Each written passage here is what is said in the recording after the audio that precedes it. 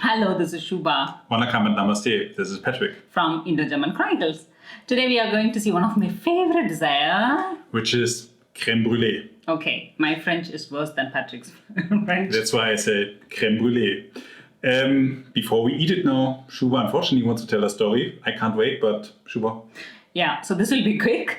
I don't remember when I first ate crème brûlée, but I remember when I first started liking it. It was in District 1 in Ho Chi Minh City when I used to live there. But after I moved to Hamburg, I ate it in another restaurant in Speicherstadt, Warehouse District. That motivated me to make it by myself. Since then, I'm making it so often that we both really start to like it a lot.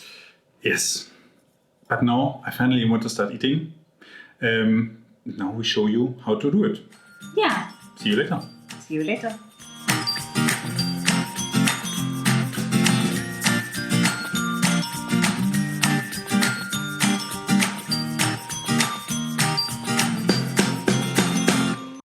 Okay, so now let's start with the ingredients.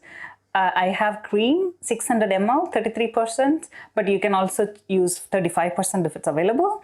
And then I have also taken 5 egg yolk and 1 vanilla bean pod. So alternatively, you can also use vanilla essence, but I like pod better, so I use pod and it's available. And I have taken 50 grams of sugar, brown sugar in this case, but normally if your taste preferences is if you want a bit more sugar, you can add more sugar as well.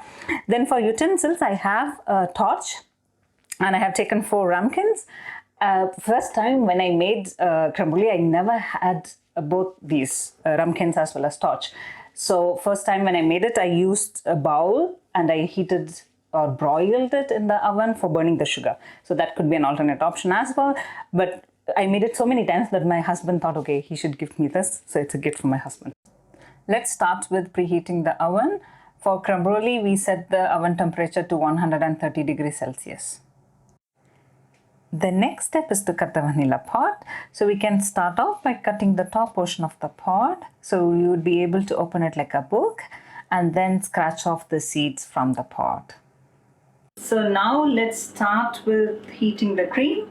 So I have taken a saucepan and now I pour my cream in this. Okay, good. So I put it somewhere like medium, not even high, somewhere like medium. And then we put our vanilla pod, right? The seeds. And you can also put the whole vanilla pod in it. So tip number 1, do not overboil or overheat the cream. It will break it, right? So the tip for that is you do it until you start to see like a thin film on the top, or you start to see this is bubbling up in the edges. That's when you take this off the stove. While the cream is heating up, I'm going to mix the sugar into the egg yolk and continue beating the mixture. So tip number 2 here, do not prepare this mixture much in advance because then the sugar will caramelize the egg and it is not good for preparation. So let's continue beating the mixture until we receive this texture. Okay, so now let's go on to the next step, which is mixing the cream with the egg yolk and sugar mixture. So here, tip number 3, do not mix it in one go because the temperature is quite different. So we do it as a slow procedure. So what I do normally is I take a spoon of cream and I put it in the egg mixture, like a spoon or 2, and I do the first mix. So I continue doing it. It's already 2-3 times. So now I pour the egg mixture into the cream completely.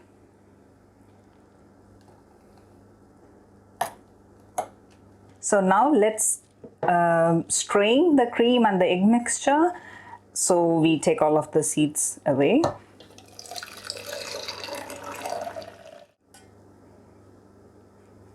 Now there's another trick. You see these froths on top of the cream. It's good to remove it because you don't want this on top of your crème brûlée. Okay, so now I have arranged the tray that we put in the oven with 4 ramekins. And let's distribute the cream mixture equally. The next step is we need to remove these bubbles.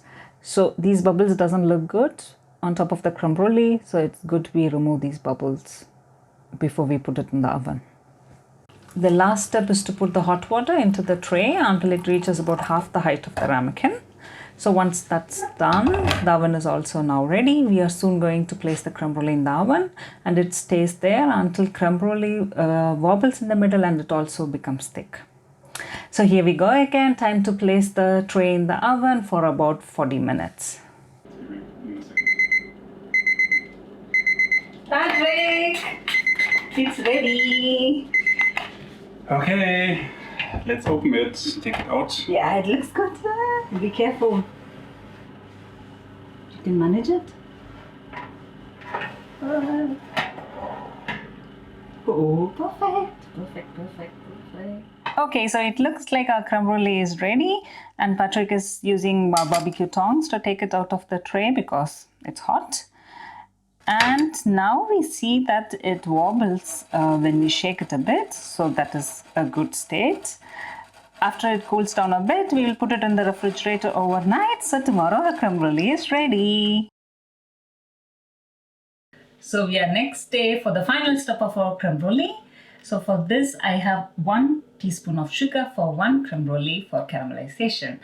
Okay, so now let's start with spreading the sugar. Just make sure it is super thin layer. So normally like 1 teaspoon is good enough, but depending on the surface, you can add a bit more as well.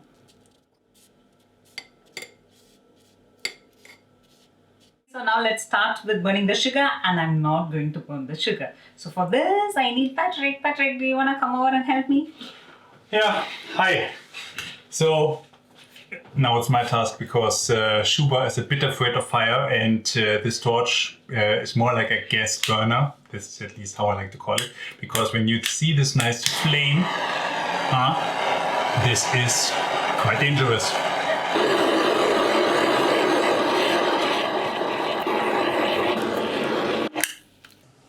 In case if you don't have a torch for caramelization, you can also put the ramekin in the oven close to the broil until it evenly caramelizes the sugar.